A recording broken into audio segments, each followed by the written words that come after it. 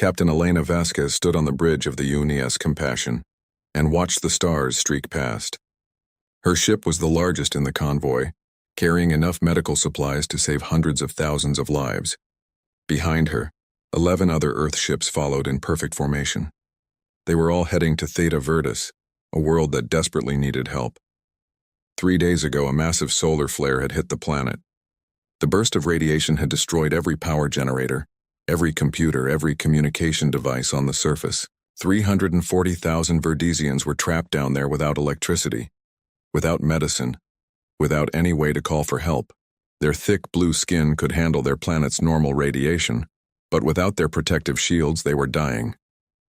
One of their ships had managed to escape before the flare hit. That ship had carried the news to the Galactic Council.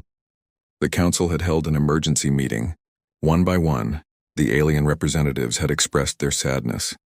They had offered their thoughts and prayers. Some had even sent messages of support to the Verdesian people, but nobody had sent actual help. Nobody except Earth. Elena remembered watching the Council broadcast with her crew. She had seen the Verdesian ambassador, Korath, his blue face wet with tears as he begged for assistance. She had seen the other aliens look away, making excuses. Their ships were too far away. Their supplies were committed elsewhere. Perhaps in a few weeks they could send something. The Verdesians did not have a few weeks. Earth's response had come within 2 hours. Admiral Sarah Mitchell herself had appeared on every major news channel across human space. Her message was simple and direct: we're going. Launch everything we have. That had been 48 hours ago. In that time, humanity had assembled the largest relief convoy in galactic history. 12 ships loaded with power generators, medical equipment, food synthesizers, water purifiers, and 2,000 of Earth's best doctors, nurses, and engineers. Dr. James Chen walked onto the bridge carrying 2 cups of coffee. He handed one to Elena and stood beside her, looking out at the stars. "Can't sleep?" she asked. "Too much to think about," James replied. He was a thin man with gray hair and tired eyes. He had been a surgeon for 30 years, had saved thousands of lives, but he had never been part of something this big. "Do you think we'll make it in time?" "We have to," Elena said simply. James nodded. They both knew the statistics. Every hour they delayed, another 100 Verdesians would die from radiation sickness, from infected wounds, from simple dehydration.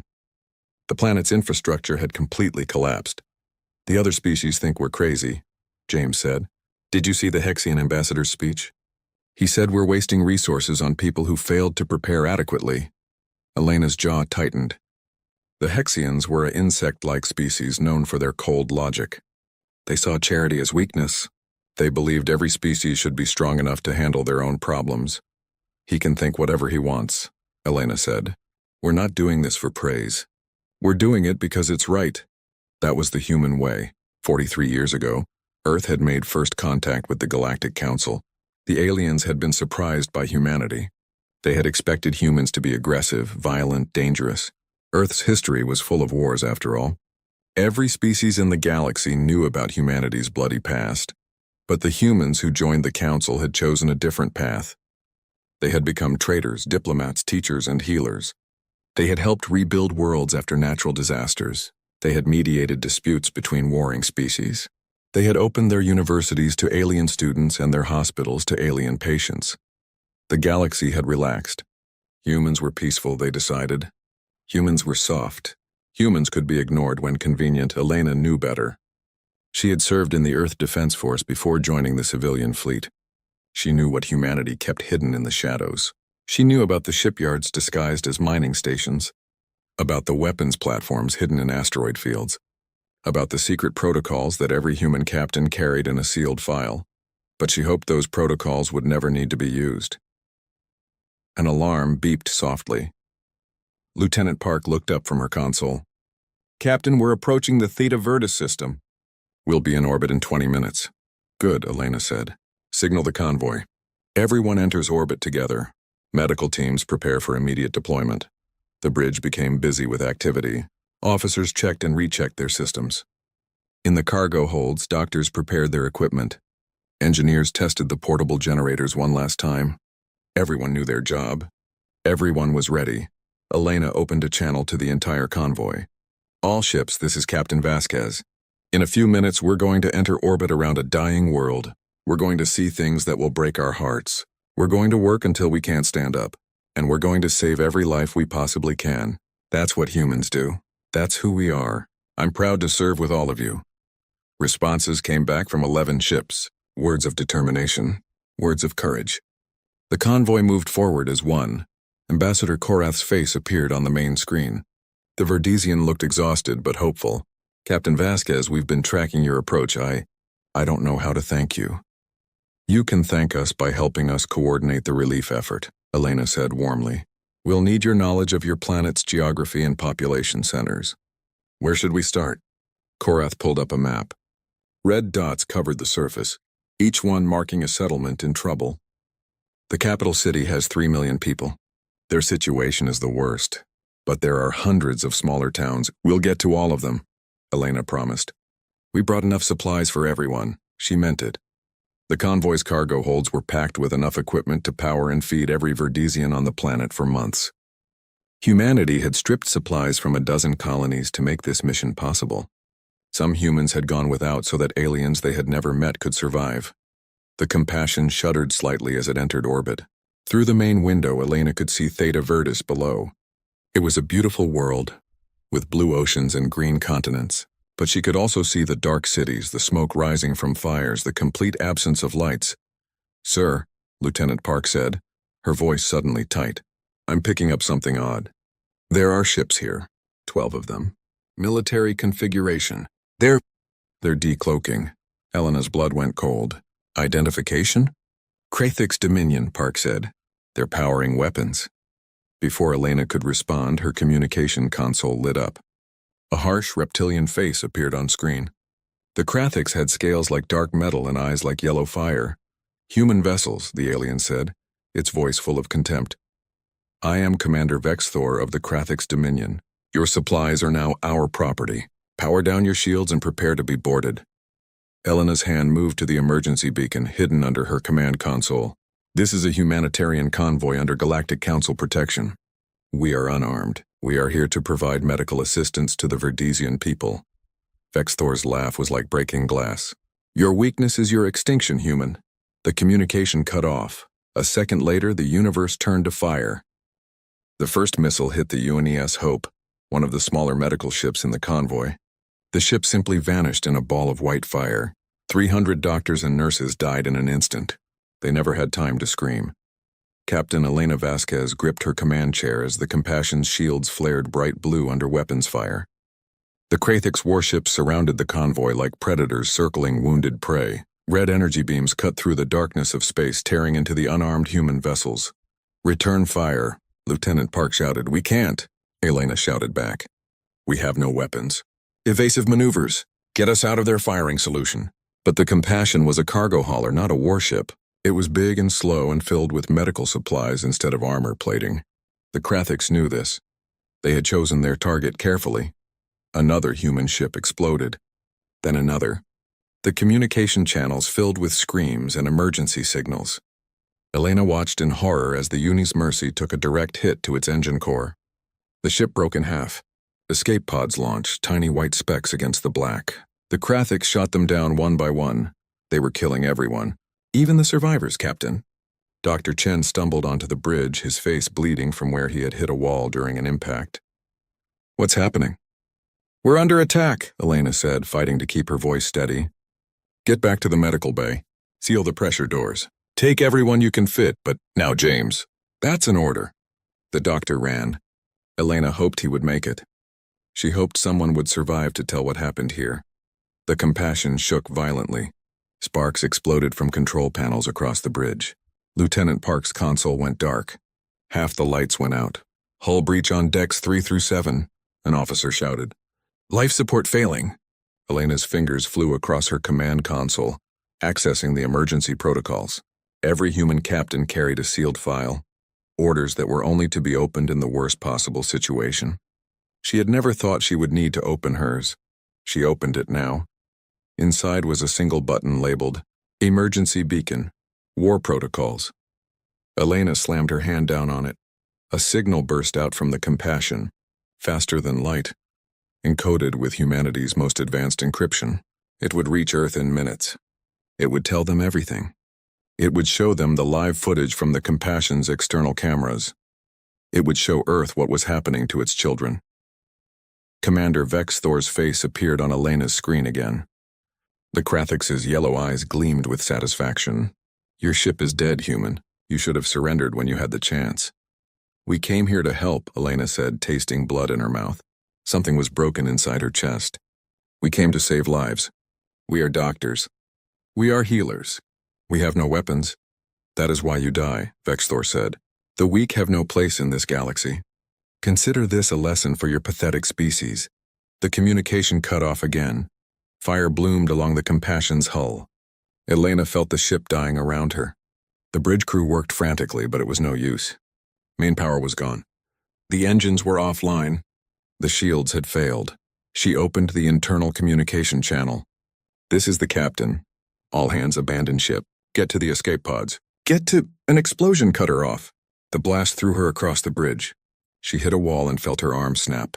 Pain washed over her in waves. Through blurry vision, she could see the emergency display. Of the 12 ships in the convoy, only 4 were still intact. The others were debris fields now, scattered across the orbit of Theta Virtus. 14,000 humans had been alive 5 minutes ago. Now most of them were dead. Elena crawled to her console. She had to make sure the beacon was still transmitting. Earth needed to see this. Earth needed to know. The display showed the beacon was active. Good. The footage was being broadcast on all frequencies, including the Galactic Council's emergency channels. The whole galaxy would see what the Krathix had done. She hoped it mattered. Deep in the ship, Dr. Chen had reached the medical bay. He had managed to seal the pressure doors just before the hull breach reached their section. 200 people were crammed into a space meant for 50. Medical personnel, engineers, supply officers, even a few Verdesian refugees they had picked up from an escape shuttle. "Is everyone inside?" James shouted. "Doors sealed," someone answered. The medical bay still had power, still had air, but they all knew it was temporary. The rest of the ship was dying. Soon their section would too. James looked at the frightened faces around him. These were good people. They had volunteered to cross the galaxy to help strangers. They had given up their time, their comfort, their safety, and now they would die because someone evil had decided to attack them. It wasn't fair. A young nurse named Maria was crying quietly in the corner. She was 23 years old. This was her first mission. James sat down beside her and took her hand. "I'm scared," Maria whispered. "Me too," James admitted. Around them, other people began to hold hands. Someone started singing softly. It was an old Earth song, a simple melody about hope and home. Others joined in. Even the Verdesian refugees hummed along, not knowing the words but understanding the meaning. In the cold darkness, surrounded by enemies, the humans sang "On Earth" in the massive Security Council chamber in Geneva. 50 people watched the live broadcast in complete silence. They saw the attacks. They saw the ships exploding. They saw the escape pods being destroyed. They heard Commander Vex Thor's words about weakness and extinction. They saw everything. Admiral Sarah Mitchell stood at the head of the table. Her face showed no emotion, but her hands were clenched so tight her knuckles were white. Around her, the representatives of Earth's nations sat frozen in their seats. The broadcast continued. They watched the medical bay, where 200 people sang as their air ran out. They heard the children's voices. They saw Dr. Chen holding Maria's hand as the lights began to flicker and fade. The singing stopped. The transmission ended. For 90 seconds, nobody in the Security Council chamber moved. Nobody spoke. They simply sat in the terrible silence, processing what they had witnessed. Then Admiral Mitchell stood. She walked to the center of the room and placed her hand on a red panel that had been installed on the first day humanity had joined the Galactic Council, a panel that had never been touched in 43 years. She looked at each representative in turn. "I'm invoking Article 7 of the Earth Defense Charter. We have witnessed an unprovoked attack on a humanitarian convoy. 14,000 civilians are dead or dying. I am requesting authorization to activate the war protocols." The Chinese representative stood. "Granted." The American representative stood. "Granted." One by one, every representative rose and spoke the same word. In less than a minute, it was done. Admiral Mitchell pressed the panel. Across Earth, across every human colony, across every human station in space, alarms began to sound. Not emergency alarms, war alarms. Mitchell's voice was broadcast to every human in the galaxy. This is Admiral Sarah Mitchell, Earth Defense Force Commander. 43 years ago, we chose peace. We chose to be friends to the galaxy. Today, someone attacked our doctors, our nurses, our engineers. People who came to help. People who carried nothing but medicine and hope. They killed our children, and they laughed while doing it. We will not debate this. We will not form committees. We will not issue statements. We will act. Activate the war protocols. Prepare for immediate deployment. The Krathix Dominion has declared war on humanity. We will finish it. The transmission ended. In secret shipyards hidden throughout the Sol system, massive doors began to open. The Galactic Council chamber was in chaos. Representatives from 200 species shouted at each other, their translation devices barely able to keep up. On the massive display screens, footage of the Theta Verdis massacre played on repeat. Ambassador Korath, the Verdizian, stood in the center of the chamber with tears streaming down his blue face. "They came to help us," he said, his voice breaking. "The humans came to save my people, and the Krathix murdered them. 14,000 souls extinguished in minutes." The Hexian ambassador clicked his mandibles dismissively. "A tragic accident, certainly, but accident?" Korath's voice turned to a roar. "They shot down the escape pods. They targeted the medical vessels. There was no accident." The council president, a tall, gray-skinned Peltharian named Suvak, raised his 6 arms for silence. "We must approach this rationally. We should form an investigation committee, perhaps economic sanctions against the Krathix." The human observer's booth had been empty since the attack. Earth had recalled its ambassadors. But now the door opened. Admiral Sarah Mitchell walked in wearing her full military uniform. Behind her marched 20 human officers, all in combat gear. They moved with perfect precision, their boots striking the floor in unison. Every conversation stopped. Mitchell walked to the center of the chamber and looked up at President Suvak. "The investigation is over. We know who attacked us. We know why. And we know what we're going to do about it." "Admiral," Suvak said carefully, "I understand your anger, but we must follow proper procedures." "Procedures?"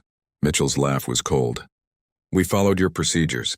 For 43 years, we followed every rule, every protocol, every piece of bureaucratic nonsense you created.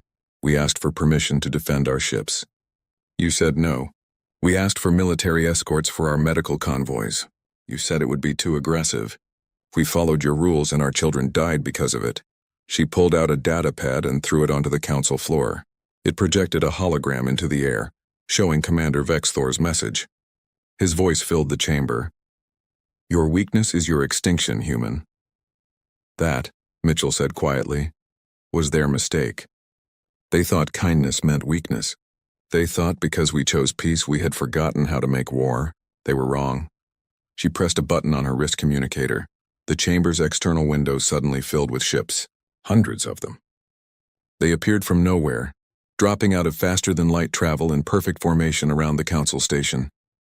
The alien representatives rushed to the windows, staring in shock. 500 warships, Mitchell said calmly. "That's 1st, 2nd, and 3rd Fleet. Another 1,000 are being activated as we speak.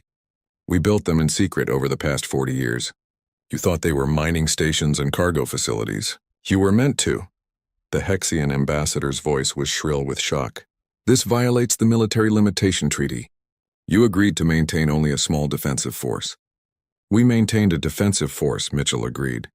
"But we never stopped being prepared. Every human learns our history. We know what happens to the unprepared. We know what happens to the weak. So we built these ships and we hid them, and we prayed we'd never need to use them." She turned back to President Suvak. "We are informing the Council, not asking permission. Earth is formally requesting the surrender of Commander Vexithor and all Krathix officers involved in the Theta Verdis attack. They will be tried for murder, for war crimes, and for crimes against sapient beings." "And if the Krathix refuse?" Suvak asked. "Then we go to war." "You cannot be serious," the Hexian ambassador said. "The Krathix Dominion has over 500 worlds. They have the 3rd largest military in the galaxy. You are one species. We are one species that conquered our own planet before we could even leave it." Mitchell interrupted. We fought wars with rocks and sticks, with swords and spears, with guns and bombs and nuclear fire. We nearly destroyed ourselves a dozen times. We know war better than any species in this chamber. We studied it. We perfected it. And then we locked it away, hoping we'd never need it again. She pulled up another hologram, this one showing technical specifications. The alien representatives leaned forward, trying to understand what they were seeing. Kinetic bombardment systems, Mitchell explained. Magnetic accelerators that can throw a slug of metal at a significant fraction of light speed.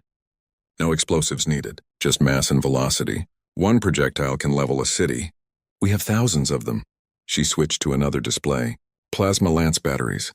They cut through shields like paper. Kasaba howitzer nuclear-pumped lasers. Electronic warfare systems that can blind your sensors from a light year away. And these are just the weapons we're willing to tell you about. The chamber was completely silent. You want to know the funny thing? Mitchell said. We didn't design any of this using your technology. We built it all from our own research, our own science. You gave us faster than light travel and artificial gravity. Thank you for that.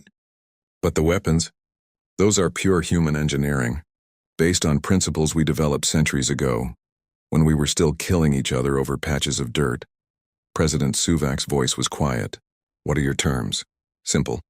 The Krathix government has 24 hours to surrender every individual involved in the Theta Virtus attack. If they comply, we will accept their surrender and try the criminals under galactic law. If they refuse, Mitchell let the sentence hang. If they refuse, you will attack? If they refuse, we will end them, Mitchell corrected. Not their people, not their civilians, but their government, their military, their ability to ever threaten another peaceful mission. We will dismantle their empire piece by piece until they beg to give us what we want. She turned to leave, her officers following. At the door, she paused and looked back. For 43 years, you knew humanity's history. You knew we came from a world of war. You knew we were dangerous, but you thought we had gone soft. You thought we had forgotten who we were. That was your mistake. We didn't forget. We just chose to be better. But when you murder our innocence, when you laugh at our kindness, you remind us of what we can be when we stop being civilized. She left. The doors closed behind her. In the Krathix capital, news of Earth's ultimatum reached Emperor Drask within the hour. The ruler of the Krathix dominion was ancient, his scales marked with the scars of 100 battles. He had led his people to conquer 40 worlds. He had defeated species that the Galactic Council had considered unbeatable. He watched the footage of the human fleet and laughed. 500 ships, he hissed to his advisors. The humans think 500 ships can threaten us? We have 20,000 warships. We have defended our territory for 800 years. Let them come, he dictated his response personally. To the humans of Earth, we reject your demands. Commander Vex Thor acted within his authority to claim resources for the Dominion. If you want him, come and take him. We will be waiting. The message was broadcast across the galaxy.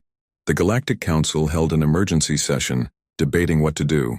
Some species called for intervention. Others argued for neutrality. The Hexians proposed economic sanctions on both sides. While they argued, Earth acted. Admiral Mitchell stood on the bridge of the UNES Retribution, the flagship of First Fleet. Around her, 200 warships moved in perfect formation. They had launched from Earth orbit 10 minutes after the Theta Virtus attack. They had been in faster-than-light travel for 3 days while the politicians talked. They were done talking. Navigation, Mitchell said calmly. Set course for Krathix Prime. Maximum speed. All ships are weapons-free upon arrival. Yes, sir, the navigation officer responded. The fleet jumped to faster-than-light, disappearing from the edge of Council space. They would reach the Krathix homeworld in 4 days. On Earth, parents held their children close and prayed. Soldiers boarded ships and prepared for war. Engineers worked around the clock, building more weapons, more ammunition, more tools for the terrible work ahead. And in every human heart, a single question burned. How dare they attack our healers? The galaxy was about to learn the answer. The first Krathix ships detected the human fleet at the edge of their home system. 20 massive warships moved to intercept, their commanders confident. These were veteran crews. They had fought in 100 battles. They lasted 17 minutes. The human ships didn't slow down. They didn't try to talk. They simply opened fire from maximum range with weapons the Krathix had never seen before. Magnetic accelerators launched metal slugs at speeds that made them invisible. By the time the Krathix sensors detected the projectiles, they had already hit. 3 Krathix battleships exploded. The others tried to scatter, but the humans were faster. Plasma lances cut through their shields like hot knives through butter. Electronic warfare systems blinded their targeting computers. In minutes, all 20 ships were destroyed or disabled. Not a single human ship took damage. Admiral Mitchell watched from the Retribution's bridge as her fleet swept through the outer system. "Target all orbital infrastructure," she ordered. Weapons platforms, shipyards, defense stations, communication satellites. Everything in orbit gets destroyed. Nothing on the ground gets touched. The fleet split into hunting groups. They moved through Krathix space like a storm, precise and unstoppable. Every military installation in orbit vanished in fire and metal. The Krathix tried to fight back, but their weapons couldn't hit the fast-moving human ships. Their missiles were shot down. Their energy beams missed by kilometers. Within 6 hours, Krathix Prime was cut off from space. No ships could launch. No supplies could arrive. The planet was locked down. "Open a broadcast to the surface," Mitchell said. "All channels." Her face appeared on every screen on the planet. 40 billion Krathix watched as she spoke. "People of Krathix Prime, this is Admiral Sarah Mitchell of Earth. We did not want this war. Your leaders chose it when they murdered our medical personnel. We are not here to kill you. We are here to bring justice. Surrender Commander Vexthor and his officers, and this ends today. Refuse, and we will dismantle your empire piece by piece until you have nothing left but regret." Emperor Drask's response was defiant. He appeared on the same channels, his old scales bristling with anger. "The Krathix do not surrender. We do not bow to threats. Our military will crush these humans and scatter their bones." Mitchell sighed. She had hoped they would be smart. They weren't. "Second Fleet," she said into her communicator. "You are cleared to proceed to target systems. Begin Operation Stranglehold." Across Krathix space, 300 human ships appeared at 12 different worlds. They ignored the planets themselves. Instead, they targeted infrastructure. Transportation hubs, spaceports, orbital elevators, communication networks. The Krathix had built their empire on complex supply chains. Food from agricultural worlds fed industrial worlds. Resources from mining colonies supplied manufacturing centers. It was efficient when everything worked. The humans broke it. On Krathix 7, kinetic strikes destroyed every major spaceport. The planet's 40 million Krathix were unharmed, but they couldn't receive food shipments from off-world anymore. On Krathix 12, plasma lances cut through the orbital elevator cables. The massive structures fell like broken threads, taking the planet's primary means of reaching space with them. Week 1 ended with the Krathix military in chaos. They had lost 300 ships and couldn't replace them. Their shipyards were debris. Their planets were isolated from each other, and the humans hadn't lost a single vessel. Emperor Drask called his generals together. "How is this possible?" he demanded. "We have the numbers. We have the firepower." The oldest general, a female named Kresh, spoke carefully. "They're not fighting like soldiers, my emperor.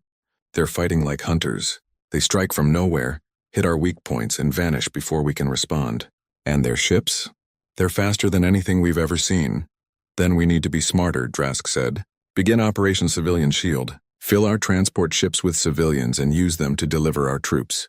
The humans won't fire on civilian vessels." Kresh looked uncomfortable. "My emperor, that violates the rules of war." "The humans broke those rules when they attacked us," Drask growled. He was wrong about that. The humans hadn't attacked first. But at this point he couldn't admit it. He had told his people they would win. He had promised them victory. Now he needed to deliver, no matter the cost. Week 2 began with Krathix transport ships filled with civilians trying to break through the human blockades. The ships broadcast constantly, showing the innocent people aboard. Families with children, elderly individuals, all of them scared. Admiral Mitchell watched the approaching transports and felt sick. "Scan them. Confirming weapon signatures aboard all vessels," her tactical officer reported. "They're using the civilians as shields for troop transports."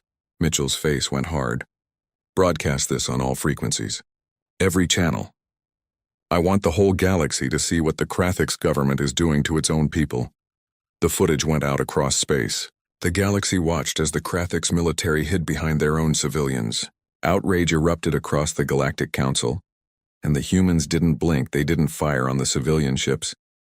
Instead, they used their electronic warfare systems to hack the ship's controls. One by one, the transports lost power and went adrift.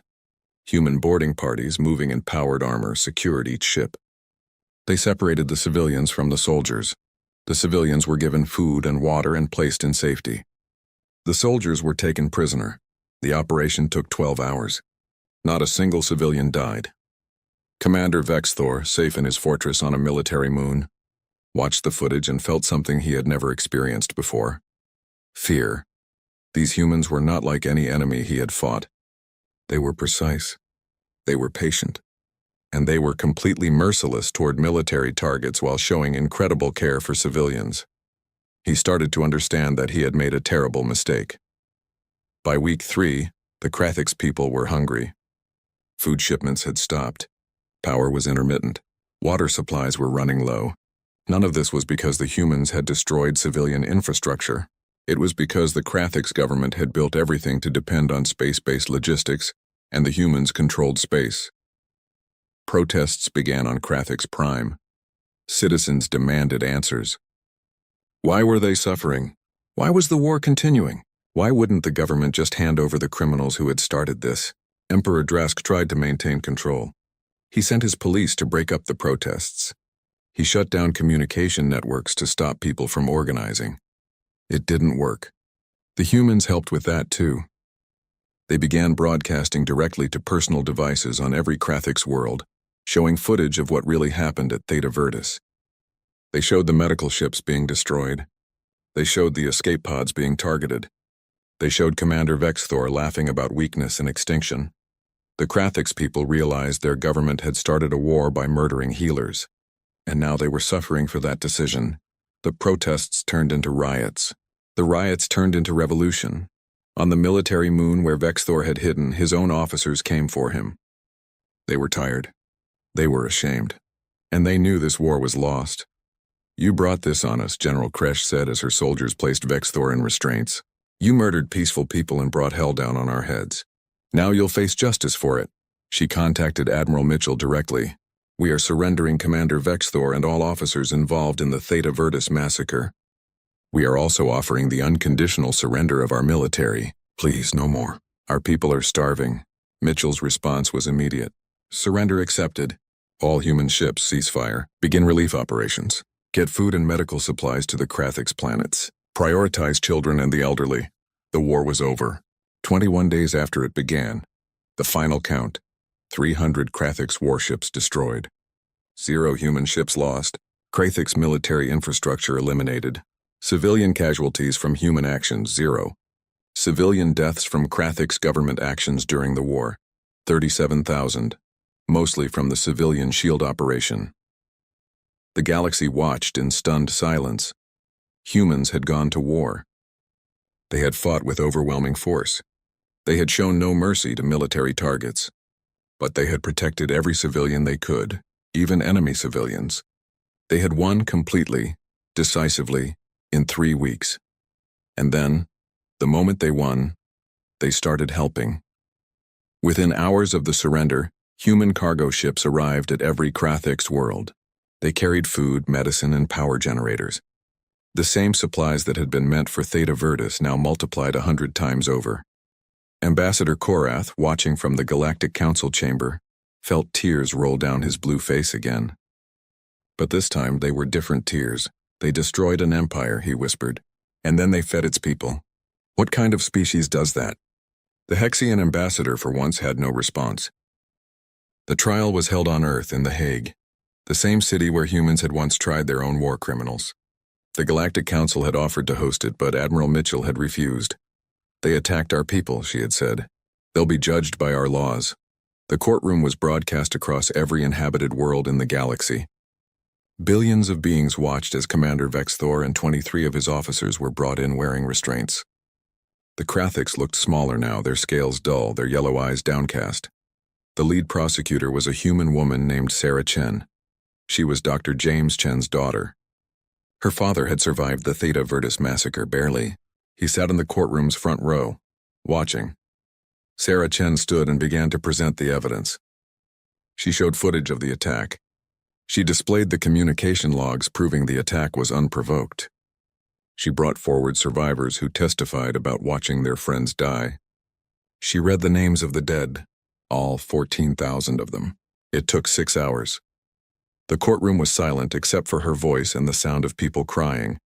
Vexthor's defense attorney, a human surprisingly, argued that his client had been following orders, that he had believed the convoy was a military target in disguise, that cultural differences had led to a misunderstanding. The prosecution destroyed every argument. They showed how the ships were clearly marked as medical vessels, how they had broadcast their humanitarian purpose, how they had no weapons, how Vexthor had continued firing even after it was obvious these were civilians. The jury, composed of 6 humans and 6 aliens from neutral species, deliberated for 4 hours. The verdict: guilty on all counts, murder, war crimes, crimes against sapient beings. The judge, an elderly human man who had served in Earth's Defense Force decades ago, delivered the sentence. Commander Vexthor, you and your officers are sentenced to life imprisonment at hard labor. You will spend the rest of your lives rebuilding what you destroyed. You will help reconstruct Theta Virtus. You will restore the lives you tried to end, and every day you will remember the innocent people you killed. Vexthor finally spoke. His voice was quiet, broken. I was wrong. I thought they were weak. I thought kindness was foolishness. I didn't understand that strength and compassion could exist together. I understand now. Too late, but I understand. He was led away. The trial was over. The next day, Admiral Mitchell stood before the Galactic Council to present Earth's terms for peace. The chamber was packed. Every species had sent representatives. They needed to know what humanity wanted. Mitchell stood in the center of the chamber looking up at the hundreds of aliens watching her. She took a breath and began. 3 months ago, the Krathix Dominion attacked a humanitarian convoy. They killed 14,000 humans who had come to help strangers. They laughed at our kindness and called it weakness. Today the Krathix Dominion no longer exists. It has been reorganized as the Krathix Republic, with a civilian government and a military limited to defensive purposes only. She pulled up a holographic display showing the new Krathix government structure. The Republic has agreed to pay reparations to Theta Virtus and to the families of every human who died. They have agreed to allow human peacekeeping forces to remain in their space for the next 20 years. They have agreed to demilitarize and to never again threaten peaceful missions. President Suvak spoke. These terms seem reasonable. Is this all Earth requires? Not quite, Mitchell said. She pulled up another document. We're also requesting changes to the Galactic Council Charter. First, any attack on a medical convoy from any species will be considered an act of war against the entire Council. Second, humanitarian missions will be authorized to carry military escorts. Third, Earth receives a permanent seat on the Security Council with veto power. Murmurs filled the chamber. The Hexian ambassador stood. You're demanding a seat at the table? After you waged war without Council approval? Mitchell turned to face him. We waged war after our healers were murdered. After the Council offered nothing but thoughts and prayers. After 43 years of following rules that protected no one. Yes, we want a seat at the table, because clearly, someone needs to remind this Council what it's supposed to stand for. And what is that? The Hexian asked coldly. Protection. Justice. The idea that we're better together than apart. That we help each other when disaster strikes. That we don't let murderers hide behind committees and procedures. Mitchell's voice rose. You call us aggressive? We call ourselves protective. For 43 years we played by your rules. We traded, we talked, we helped. We sent our healers to every corner of this galaxy, and when they were murdered you wanted to form an investigation committee. She looked around the chamber, meeting the eyes of as many representatives as she could. You don't understand humanity. We're not aggressive by nature. We're reactive. Push us, we push back. Threaten us, we defend ourselves. But murder our innocent? Kill those who came only to help? That's the line you can never cross, and we didn't want this war. We prepared for it because our history taught us to never be helpless again. But we never wanted it. The Krathix chose violence. We ended it. She pulled up one more display. It showed human ships distributing supplies across Krathix space. Right now our vessels are feeding the same people whose military attacked us, because that's who we are. We'll destroy your warships without hesitation. but we'll feed your children without question. We'll dismantle your empire, but we'll protect your civilians. That's humanity. The chamber was completely silent. So let me be very clear about the new understanding, Mitchell continued. Humanity will remain your partners, your traitors, your friends. We will still come when you call for aid. Our doctors will still volunteer for missions. Our engineers will still help rebuild after disasters, but we will no longer be your victims. Attack our civilians, our healers, our innocents, and we will respond with the full measure of our capability, not with anger, not with hatred, but with absolute certainty and overwhelming force. We are not your enemies, but we are no longer your prey. She finished and stood silent, waiting. President Suvak consulted with the other council leaders. After 10 minutes, he spoke. The council accepts Earth's terms. Humanity is granted a permanent Security Council seat. The charter amendments will be implemented immediately. But not everyone was happy. Several species that had remained silent during the attack now found their trade agreements under review. The Hexians discovered that human merchants were no longer interested in doing business with them. Other species rushed to offer new treaties, new partnerships, anything to stay in humanity's good graces. The balance of power in the galaxy had shifted. 1 year later, a new station orbited Theta Virtus. It was called the Captain Elena Vasquez Memorial Station, named after the woman who had died trying to help strangers. The station served as both a medical facility and a school, teaching the galaxy's best doctors and nurses. At the dedication ceremony, Ambassador Korath stood with Dr. James Chen. The doctor had stayed on Theta Virtus after the war, helping rebuild. His daughter Sarah had joined him, bringing her own medical expertise. I still have nightmares, James admitted to Korath, about the medical bay, about watching the air run out, about thinking I'd never see my daughter again. Korath placed a gentle hand on the human's shoulder. You gave us our lives, Dr. Chen, all of us. You came when no one else would. Below them, on the planet's surface, Verdizian children played in rebuilt cities. Many of them had been born after the disaster, after the war. They would grow up in a world saved by human kindness and protected by human strength. A new distress call came through to Earth Command. A mining colony on the edge of Council space had suffered a catastrophic system failure. 3,000 beings needed immediate evacuation and medical care. Admiral Mitchell, now officially the Supreme Commander of Earth Defense Forces, reviewed the situation. Launch the relief fleet. 2 medical ships, full supply loadout. Military escort? Her aide asked. 4 destroyers, Mitchell said without hesitation. And make sure every ship in that convoy is armed. We help everyone who needs it. But we'll never again send our people out defenseless. The fleet launched within the hour. As it jumped to faster-than-light speed, a message was broadcast ahead. Help is coming. Earth responds. Those 3 words had become famous across the galaxy. Earth responds. It meant that if you were in trouble, if disaster struck, if you needed help, humanity would come. They would bring supplies, medicine, expertise, and hope. They would also bring warships. Because the galaxy had learned the truth about humanity. They were the kindest species you could ever meet. They would give everything to help a stranger. They would risk their lives to save someone they'd never met.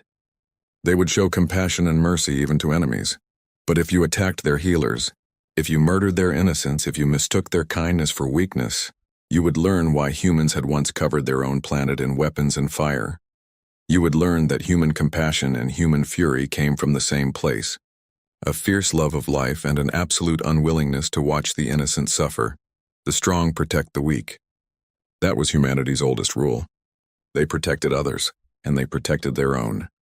And in the cold darkness of space, there was no safer friend to have by your side.